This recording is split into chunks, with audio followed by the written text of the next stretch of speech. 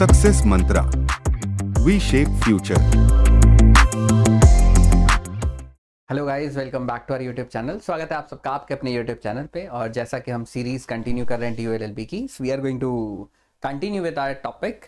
हमने ऑलरेडी कुछ topics discuss कर लिए। हमने इंडस वैली सिविलाइजेशन का टॉपिक और उस पर बेस्ड क्वेश्चंस डिस्कस कर लिए हैं। We have already discuss the Vedic age and its implications, उसके भी क्वेश्चंस हमारे डिस्कस हो चुके हैं। Now we are moving ahead with two of the very important religion. One is Buddhism, the other is Jainism. Buddhism और Jainism religion को हम पढ़ेंगे आज के इस वीडियो में।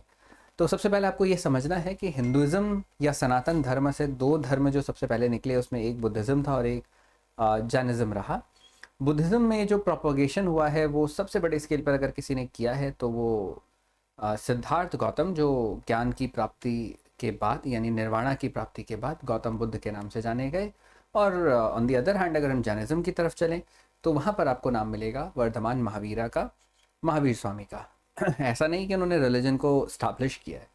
He was the last of the तीर्थंकर। वो 24वें तीर्थंकर थे। उनसे पहले 23वें तीर्थंकर जो थे वो पारसवनाथ जी थे। और सबसे पहले तीर्थंकर जिन्होंने प्रोपगेशन ऑफ रिलीजन किया है जैनिज्म में वो थे हमारे ऋषभदेव महाराज।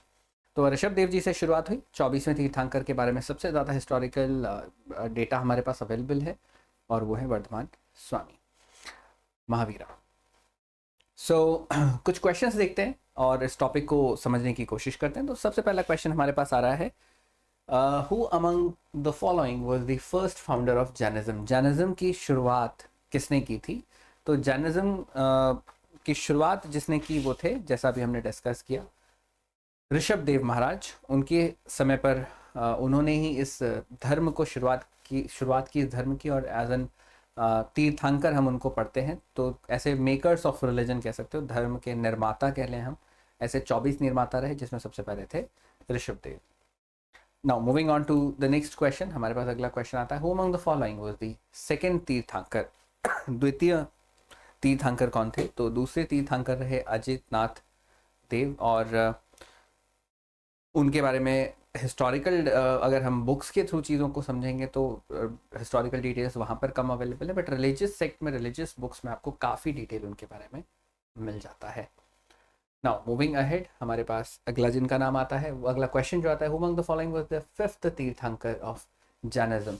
एक्चुअली कुछ तीर्थंकर ऐसे रहे जिनके बारे में काफ़ी मैसेजेस प्रोपगेट हुए हैं, जिनके कुछ फिलोसॉफिकल नॉलेज को प्रोपगेट किया गया। और कुछ तीर्थंकर थे जो ज़्यादा समय पर अपने डिवोशन में ही लीन रहे। तो पांचवें तीर्थंकर वो सुमितनाथ महाराज। और उनके बाद फिर हम आते हैं अगले क्वेश्चन की तरफ। वो प्रोपगेशन तो जैनिज्म का चल रहा था बड़े स्केल पर, कुछ ही लोगों ने इसको प्रोपगेट किया है। 23वें तीर्थंकर हमारे पास कौन? जो 23वें तीर्थंकर थे वो बनारस के राजा रहे। बनारस में राजगद्दी त्याग कर उन्होंने अडॉप्ट कर लिया जैनिज्म। और फर्दर फिर क्षत्रिय थे, बाद में अडॉप्ट किया उन्होंने जैनिज्म और चल पड़े झारखंड की ओर। आज झारखंड में एक शहर है जिसका नाम है गिरिडीह। गिरिडीह के पास ही आपको मिलेगा समेत शिखर पर्वत। समेत शिखर पर ही पारसवनाथ महाराज, जो कि 23वें तीर्थंकर थे, उनका जो लास्ट समय था वो वहीं पर बीता। आज वहाँ पर आपको एक बहुत बड़ा मंदिर मिलता है समेत शिखर पे। और it is one of the foremost destinations for people of Jainism sect. So 23वें तीर्थंकर was Paraswanath, who was the king of, initially was the king of Banaras, lately moved to the region of Jharkhand. Today is Jharkhand, Giridih city. और वहीं पर आपको मिलेंगे Parasnath hills. Parasnath hills news में भी रहा था because of the state government decision to make it as an eco spot. उन्होंने टूरिस्ट स्पॉट बना दिया था झारखंड गवर्नमेंट ने उस जगह को, जिसको लेकर एक बहुत बड़ा प्रोटेस्ट चला जैन्स का। और उन्होंने कहा कि टूरिस्ट स्पॉट नहीं है, instead it is a devotional place. ये एक हिस्टोरिकल होली साइट है, तो इसको टूरिस्ट प्लेस नहीं बनाना चाहिए। बड़े स्केल पर प्रोटेस्ट हुआ गुजरात में, राजस्थान में, दिल्ली में, महाराष्ट्र में, जहाँ जहाँ पर भी जैन पॉपुलेशन थी, इवन इन झारखंड। तो सेंटर ने फिर उसको डिसीजन को स्टेट के चेंज किया। Who among the following was the 24th तीर्थंकर of Jainism? 24वें तीर्थंकर हुए वर्धमान महावीरा। वर्धमान महावीरा जब तीर्थंकर बने तो उनका भी पहले का जो समय था वो राजा ही थे, और उनकी शादी जिनसे हुई थी उनका नाम था यशोदा। गौतम बुद्ध की जिनसे शादी हुई उनका नाम था यशोधरा, और महावीरा की वाइफ का नाम यशोदा। गौतम बुद्ध को एक बेटा था जिनका नाम था राहुल, और अगर हम वर्तमान महावीरा की बात करें तो इनके पास एक बेटी थी जिनका नाम था अनुज प्रियदर्शिनी। और क्वेश्चन ये पूछा गया कि 24 तीर्थंकर कौन, तो 24 tirthankar was Vardhaman Mahavira. In which of the following places Vardhaman Mahavir और महावीर स्वामी वाज बोर्न। महावीर स्वामी का जन्म कहाँ हुआ था, तो उनका जन्म हुआ था बिहार के एक छोटे से गांव में जिसका नाम था कुंद। क्योंकि वो गांव है तो इससे इसको कुंद ग्राम कहा जाता था। तो कुंद ग्राम वाज द प्लेस जहाँ पर इनका जन्म हुआ था। Who among the following was the wife of पारस्वनाथ। पारस्वनाथ ji की वाइफ कौन थी, तो पारस्वनाथ जी की wife Prabhavati.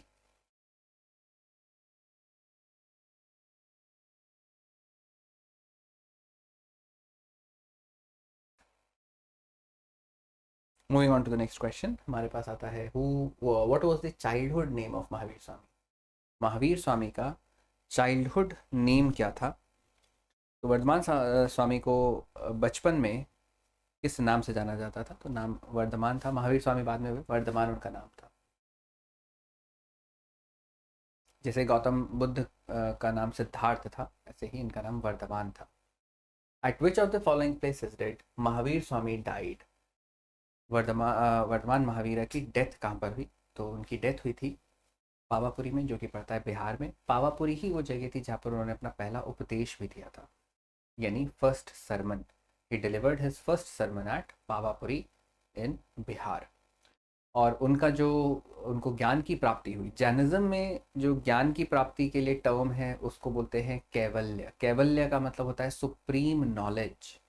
There is a difference between the supreme knowledge which is Kaivalya in Jainism and Nirvana और निबाना in Buddhism। जब हम बुद्धिज्म में निबाना या निर्वाणा की बात करते हैं वो है ग्रेट एनलाइटनमेंट, एनलाइटनमेंट। और यहाँ पर हम बोल रहे हैं supreme knowledge. There is a difference between enlightenment and knowledge, ठीक है।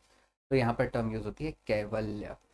वन हु अटेन्स कैवल्य उनको बोला जाता है कैवलिन। और वर्ड जो है जैनिज्म, ये वर्ड आया है जिन शब्द से। जिन का मतलब होता है जो इंद्रियों पर जीत हासिल कर ले वो जिनेंद्र हुआ, और इंद्रियों के लिए विनर, विनर या जिन का मतलब हुआ जीतने वाला। तो जिनेंद्र हो गए वो जिन्होंने अपने इंद्रियों पर जीत हासिल की, और जिनेंद्र ही नाम वर्धमान महावीरा का माना जाता है। तभी आप देखोगे जो जैन सेक्ट के फॉलोअर्स होते हैं वो लोग एक शब्द बोलते हैं, जय जिनेंद्र। नेक्स्ट क्वेश्चन हमारे पास आता है, Which of the following text was not composed by अश्वघोष। अश्वघोष ने इनमें से क्या नहीं लिखा।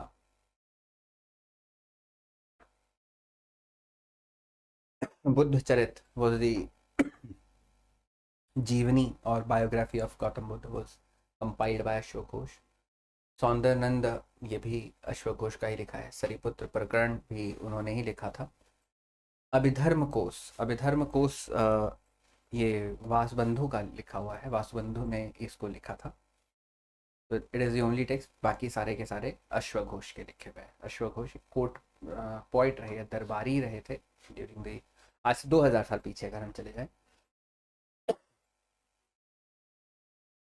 तो जब इंडिया में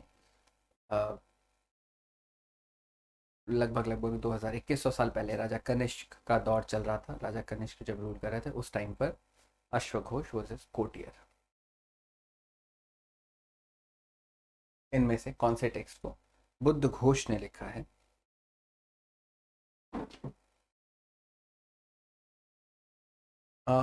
सरिपुत्र प्रकरण अभी हमने ऑलरेडी देख लिया किसने लिखा। अभिधर्म कोश, बुद्ध चरित, अभिधर्म कोश के बारे में हमने बोला कि वासुबंधु ने लिखा। सरिपुत्र प्रकरण और बुद्ध चरित ये अश्वघोष की बुक हो गई। विशुद्धिमग, विशुद्धिमग जो है वो लिखने वाले कंपोज्ड बाय, किसने लिखा? तो विशुद्धिमग्ग जो था वो बुद्ध घोष का लिखा हुआ टेक्स्ट है। और बहुत सारे ऐसे लिटरेचर्स रहे हैं जो प्रोपागेट करते थे उस दौर में अलग अलग रिलीजन को, जैसे यहाँ पर हम बुद्धिज्म की बात करें तो उसको प्रोपागेट किया गया था। In which language the book Mahavastu was compose? आज से 2500 साल 2400 साल 2500 साल पीछे की अगर हम टेक्स्ट देखेंगे तो ज़्यादातर लैंग्वेज आपको जो मिलेगी या तो पाली में मिलेगा या संस्कृत में मिलेगा। तो यहाँ पर जो महावस्तु की बात की जाए, it was compose in Sanskrit language.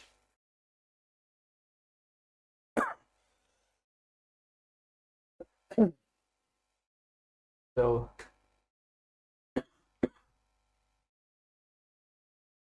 महावस्तु ये बुद्धिज्म का जो हीनयान सेक्ट है उसको दर्शाता है, उसी पे बेस्ड है ये पूरी book. Next point, next question is in which of the following text the life of Mahatma Buddha was written in detail? इनमें से किस बुक में गौतम बुद्ध की लाइफ को विस्तार पूर्वक बताया गया है? तो वो बुक महावस्तु ही है, जिसमें ये सारे टेक्स्ट आपको मिलेंगे।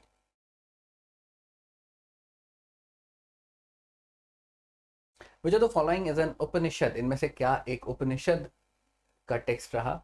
विशुद्धिमग्ग ये उपनिषद से रिलेट नहीं करता है। सरिपुत्र प्रकरण अगेन बुद्धिज्म पे है। अभिधर्म कोश भी। और लास्ट हमारे पास आता है वज्र सूची। वज्र सूची लिया गया है आपका उपनिषद का ये टेक्स्ट है, वज्र सूची।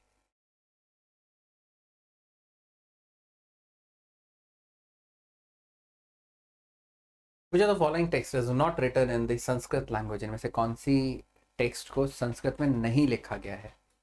तो विशुद्धिमग्ग ये संस्कृत का टेक्स्ट है। सरिपुत्र प्रकरण अगेन संस्कृत। अभिधर्म कोश ये भी संस्कृत में है। अभिधम्म पीतक, अभिधम्म पीतक ये बुद्धिज्म का टेक्स्ट था जो कि पाली भाषा में था।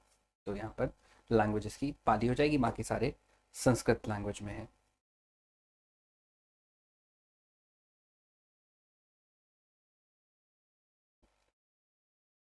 The following text were written as a commentary on Tripitaka? Tripitaka पर इनमें से कमेंट्री के रूप में क्या लिखा गया है? तो आहा कथा जो है, आहा कथा एक कमेंट्री के तरीके से पूरा मेंशन किया गया है, पर्टिकुलरली त्रिपिटक पर बेस्ड है ये। Now moving on to the next, हमारे पास तो जिस तरीके से त्रिपिटक पर कमेंट्री हुई उसी तरीके से सुत्त पीटक पर भी है। और सुत्त पीटक की कमेंट्री वाज महाथक, महाथक उसी पर बेस्ड बुक लिखी गई है। और अगर हम तीसरे पे चलो तीसरा क्वेश्चन, अगला क्वेश्चन हमारे पास वही आ गया है कि विनय पीटक पर इसमें से क्या है? तो किरुंडी जो है वो विनय पीटक पर कमेंट्री के रूप में लिखा गया था।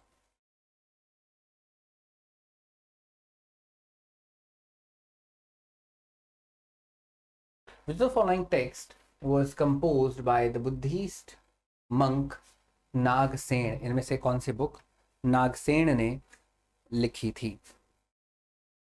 सो नागसेन की इनमें से किताब रही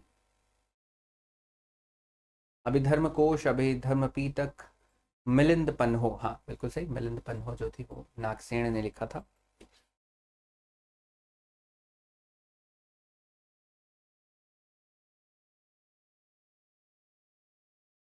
okay, which of the following things the light of Asia? Lalit विस्तार को हम लाइट ऑफ एशिया के रूप में जानते हैं। नेक्स्ट क्वेश्चन कह रहा है इनमें से पहली किताब जिसने महात्मा बुद्ध की लाइफ को डिस्क्राइब किया, तो वो उनकी खुद की बायोग्राफी रही जो अश्वघोष ने लिखा था, जिसको बुद्ध चरितम या बुद्ध चरित्र के नाम से जाना जाता है। नेक्स्ट क्वेश्चन हमको कहता है which of the following book is called encyclopedia of Buddhism? Buddhism की एनसाइक्लोपीडिया किसको कहा गया है? तो अब एनसाइक्लोपीडिया ऑफ बुद्धिज्म, अभिधर्म कोश को हम एनसाइक्लोपीडिया ऑफ बुद्धिज्म के नाम से जानते हैं। नेक्स्ट क्वेश्चन हमारे पास है विच टेक्स्ट इज रिलेटेड टू महापरिनिर्वाण? महापरिनिर्वाण का मतलब होता है लास्ट निर्वाणा, सुप्रीम निर्वाणा, जो कि गौतम बुद्ध की मृत्यु को नाम दिया गया था। महापरिनिर्वाणा सूक्त से इनमें से कौन सा टेक्स्ट रिलेट करता है? तो जो दीर्घ निकाय है दीर्घ निकाय, यही है वो टेक्स्ट जो रिलेट करता है महापरिनिर्वाण सूक्त के साथ। अष्टांग मार्ग यानी 8 जो वेज थे अटेन करने के बुद्धिज्म में निर्वाणा को, तो वो इनमें से कौन सा वर्ड अष्टांग मार्ग दर्शाता है। तो जो तैत्तिरीय उपनिषद था वही इसमें, तैत्तिरीय उपनिषद वही बुक जहाँ पे मेंशन है, आपको सारा कुछ मिलेगा अष्टांग मार्ग के बारे में। अष्ट मतलब 8, अंग मतलब पार्ट्स और मार्ग मतलब रास्ता। Which of the following text describes the songs of monk? The following text. Songs of monk किसको कहा गया है? तो ये सारी चीज़ें आपको मिलेंगी थेरागत में। थेरागत वो बुक है जिसमें जिसको सॉन्ग्स ऑफ मंक के नाम से भी जाना जाता है। लास्ट क्वेश्चन हमारे पास आ रहा है, which of the following text is called Gita of Buddhism?